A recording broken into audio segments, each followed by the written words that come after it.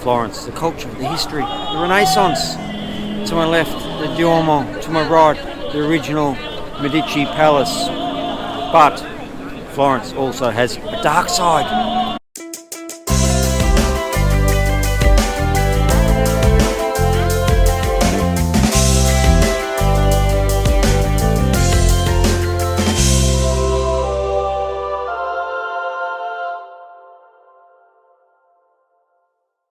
Have you ever encountered a ghost? Later in this episode, I'm going to share with you an experience that I had with the paranormal. It was a little bit scary. Renaissance Florence, it's not all about art and culture, but during that medieval period of time, it was pretty brutal, to be honest, with executions and brutal tortures, uprisings and murders and so on. I'm going to take you on a walk around Florence to share with you some of the stories, fables, perhaps truths of the darker side of Florence. As always, thumbs up, subscribe, bell notifications on, and please be aware to watch this episode at your own risk. I hope you enjoy this episode, the darker side of Florence. This visit of this episode takes us to the Basilica Santa Maria Maggiore. The original church existed as early as the 8th century. The exterior, as you can see, is majestic. Now, scanning the unassuming stone walls upward on the north side of the building, you will see this. Although Florentines have spun many theories about the stone head, the most common attributes its existence to a cursed monk. As the legend goes, a man accused of sorcery was being dragged to Piazza Santa Croce to meet his death by being burnt alive. As he passed by Basilica Santa Maria Maggiore, a monk leaned his head out of a small window and shouted to the crowd below not to give the man a drink, as it would prevent him from dying.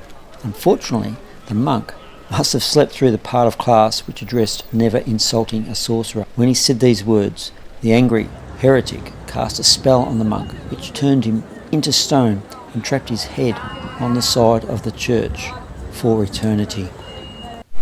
Now I'm walking towards the Piazza Santissima Annunziata. It's actually the same street, if you like, that the Da Vinci museums are in, and you can see the Duomo behind me there, just to give you some context. There's some interesting stories regarding this piazza, the closed window and the forever open window. Now within this beautiful piazza, Cosimo appears to be looking at the forever open window, which we can see up there on the right. Now the story is that room is haunted and the window is open because the ghost, the wife, is forever waiting for her husband to return, who went off to war in the 1500s, and she said to him on his departure that she would keep the window open for him for his return. He never returned, and years later, when she died, the family took her body out and tried to close the window, and all of a sudden we had books and things flying around that room. Since that time, that window has remained open. Cosimo, the Medicis, there were always opposing families trying to usurp them, to take control, and one way to take control was by assassinating the leading Medici men.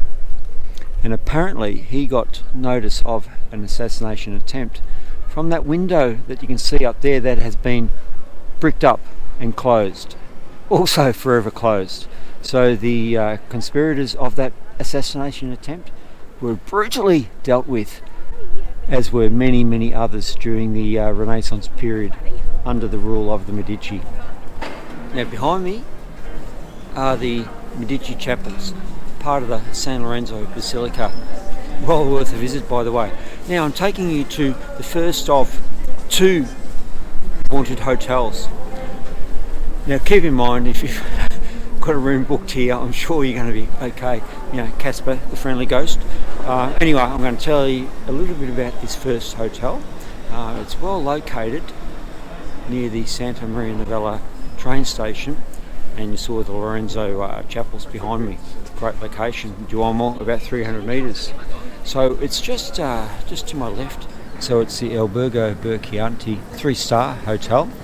Now, apparently, a girl can be heard giggling up and down the hallways through the night. There's an old lady who's been seen sitting in a chair knitting, the maid that moves from room to room, and finally the feeling or sensation that there's a presence sitting on the bed, and also the classic cold air being experienced or being breathed in your face. So there you go. Now I'm going to take you to a 5-star hotel next, which is on the Arno River, and that's the Westin Excelsior. Welcome to Piazza di Oggisanti, and within this piazza, which is on the Arno River, you can see behind me is the Westin Excelsior, a 5-star hotel. So if you're staying there, congratulations, because it's a beautiful hotel. Bill Clinton has stayed there, as well as Tom Cruise. By the way, I do love the Mission Impossible movies. However, if you're staying in room 152, it's not a good decision, I don't think, based on my evidence-based research of the ghost hauntings within Florence. This hotel came up on several search engines, and it's room 152. So if you're booked into the Westin and they hand you the keys to 152, please ask for a room change, because there's some fairly significant things that do happen in that room during the night. Okay, let's head off. Behind me is the beautiful Ponte Vecchio, the old bridge. Back in 2005, an American tourist took some photos from this angle of the old bridge, and upon getting home, he noticed a strange apparition looking at him from one of the windows. Now, I'll zoom in, but that window currently has shutters over it. I wonder why. Another theory, perhaps it's just a jewellery shop owner taking a break and staring out the window. The fact that he had long grey hair and a long grey beard just adds to the mystique of this particular story. A ghost story, or just a shop owner. I'll include the link below in the video description of the video that was made by the American tourist back in 2005, and then I'll leave it up to you to decide. Right behind me is the Pazzi Palace that no longer goes by that particular name. It's now the public offices of the local pension. So the Pazzi Palace was built in the mid-1400s.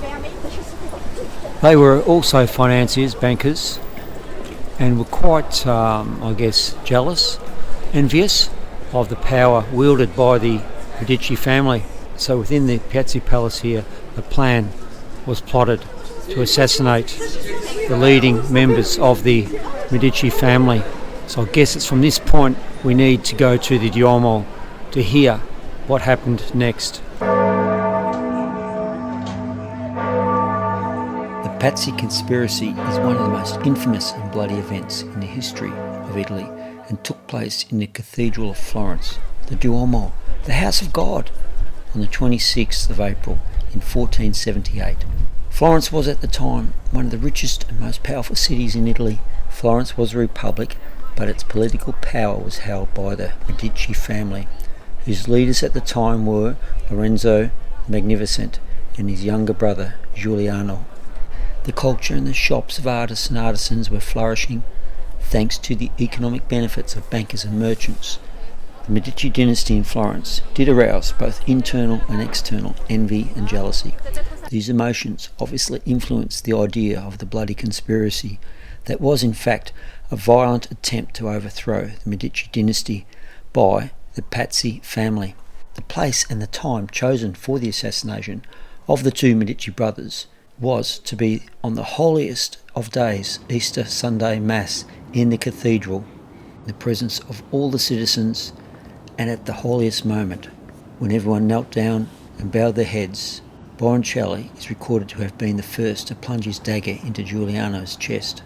All in all, Giuliano was stabbed 19 times before he was dealt the finishing blow by Francesco. Lorenzo was able to defend himself by grabbing a short sword from someone nearby. Lorenzo managed to take refuge in the sacristy before escaping the scene. Meanwhile, the conspirators tried to raise the people against the Medici with their cries of freedom, freedom, but they had not reckoned on the true sentiment of the Florentines. The people did not follow the killers, and rather attacked them. It began a real manhunt. Florence did not lose its freedom. On the contrary, it signalled the beginning of a very, very prosperous historical period, remembered as the golden age of Lorenzo the Magnificent. Revenge was swift and brutal, and this takes us to our next two locations here in Florence. Here I am in the Piazza della Signoria. It is a beautiful square, the political centre of Florence. Now let's cast our minds back to that fateful Sunday, 26th of April in 1478, when the sacred silence of the Duomo was shattered. It led to chaos, fear, and further brutality here within this piazza, as those two conspirators who were responsible for those atrocious actions in the Duomo were very quickly caught, tortured, and hung out of the windows on the second floor of the Palazzo Vecchio that you can see behind me. Hanging the conspirators from the windows of the Palazzo Vecchio was a clear warning not to provoke the powerful Medici family. All in all, over 80 conspirators were put to death. The Pazzi family and family symbol were erased from history under the order of Lorenzo. All property confiscated and the Pazzi Palace renamed. Don't mess with the Medici. Perhaps a symbol of this can be seen in the famous statue commissioned later by Duke Cosimo Medici in the mid-1500s, Perseus and the Medusa. This is what happens to you if you mess with the Medici. Now they say that X marks the spot, but just behind me a circular plaque marks the spot. It's marking the spot of an execution. This plaque that we see under the shadows of the Palazzo Vecchio marks the exact spot where the divisive Dominican friar Savonorola was hung and burnt after being excommunicated by the Pope on May 23rd, 1498. He had spoken against the exploitation of the poor by the rich and powerful, corruption within the clergy, and the excesses of the Renaissance.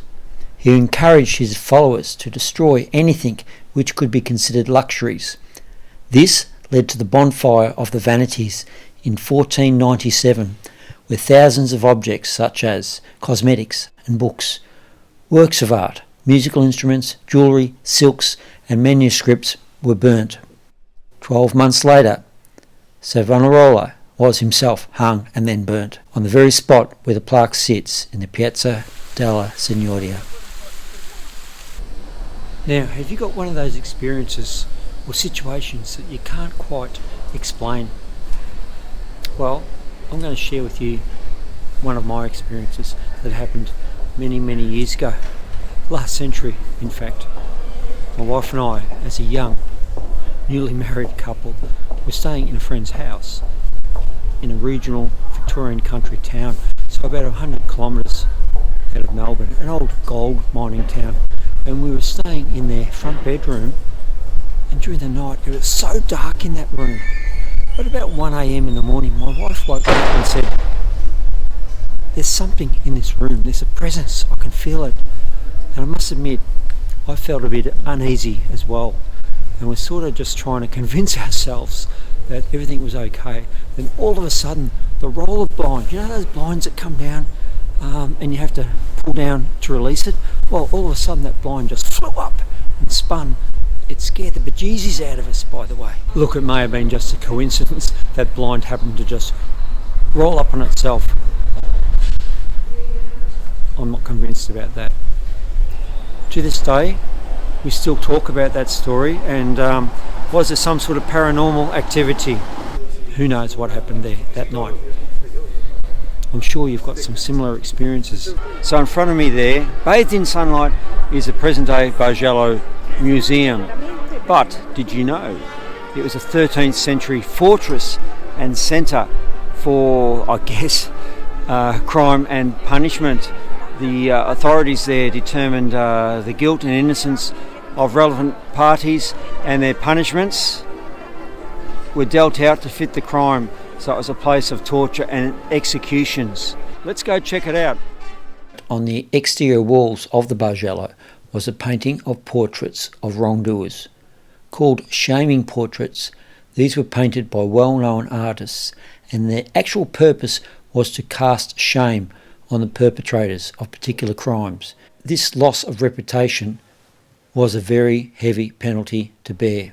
Executions, especially of high-profile criminals, were often a fun weekend activity for the Florentines. The courtyard of the Bargello hosted countless executions which would have been open for the public to come along and cheer on the death of their favourite enemy, after which then hung dead in the courtyard of the Bargello. And as the runners go past in the Florence Marathon Sunday morning, I tell you what, they're running through the best of Florence. They're getting a great close-up look at all of the significant sites.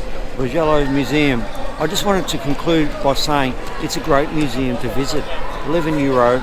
It's not that busy. It was established from the fortress in the mid-1800s. So, yes, some grotesque things happened there and executions and so on. But it's a lovely museum to visit if you are in Florence. And what about the marathon?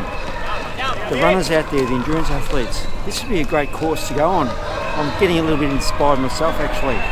Florence is a remarkable and beautiful place, but as we've seen in this episode, it's not without its shadows, because we've seen some dark aspects to it, haven't we? As always, thumbs up, subscribe, bell notifications on. I hope to see you next episode. Ciao.